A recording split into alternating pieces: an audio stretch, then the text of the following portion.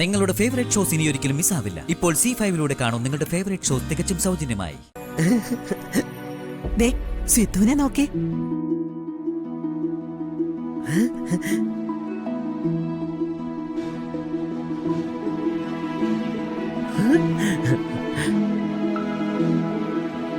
സിദ്ധു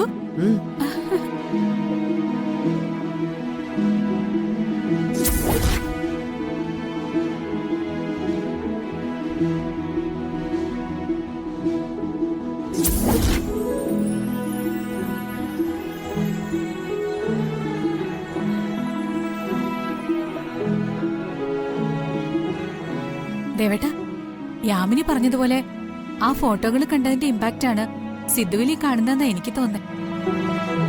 എനിക്കത് തോന്നുന്നുണ്ട്.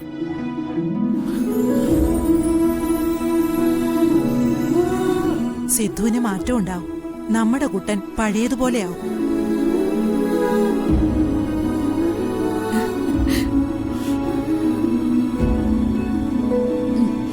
പഴയ പല കാര്യങ്ങൾക്കും സിദ്ധുവിന്റെ ഓർമ്മകളെ തിരിച്ചു കൊണ്ടുവരാനാവൂന്ന് യാമിനി പറഞ്ഞതിൽ കാര്യമുണ്ട്.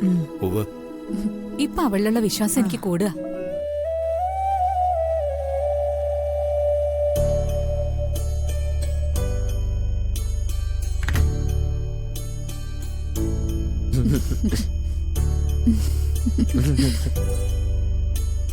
അമ്മയുടെ മോൻ എത്ര സ്മാർട്ടാണെന്നറിയോ?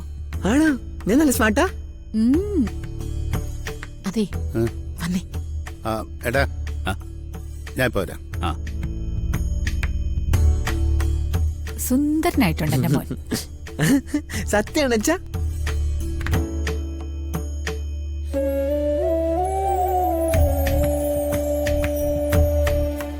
എന്തടി? എന്താ?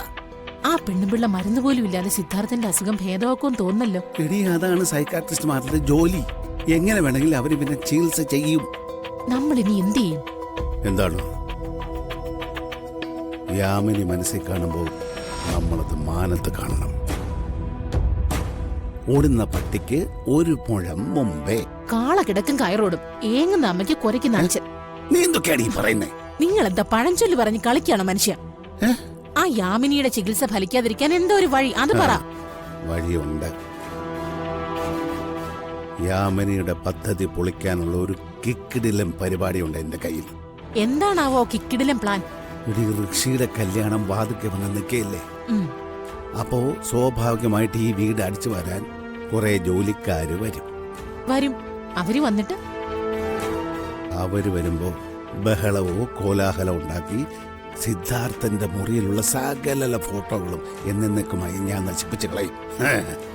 ആ ഫോട്ടോകൾ അവിടെ ഉണ്ടെങ്കിലല്ലേ യാമിനിയുടെ പദ്ധതികൾ വർക്കൗട്ടാവും. അത് നശിച്ചു പോയാൽ അത് തീർന്നു. അതുകൊണ്ട് നീ പേടിക്കാതെ സമാധാനിക്ക്.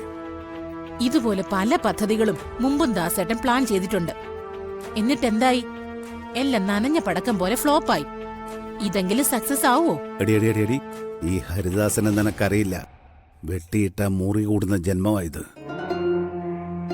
ഞാനൊരു കാര്യം നിശ്ചയിച്ചാൽ അത് നടത്തിയിരിക്കും. അവൻ ജീവിതകാലം മുഴുവൻ ഇതുപോലെ തന്നെയായിരിക്കും.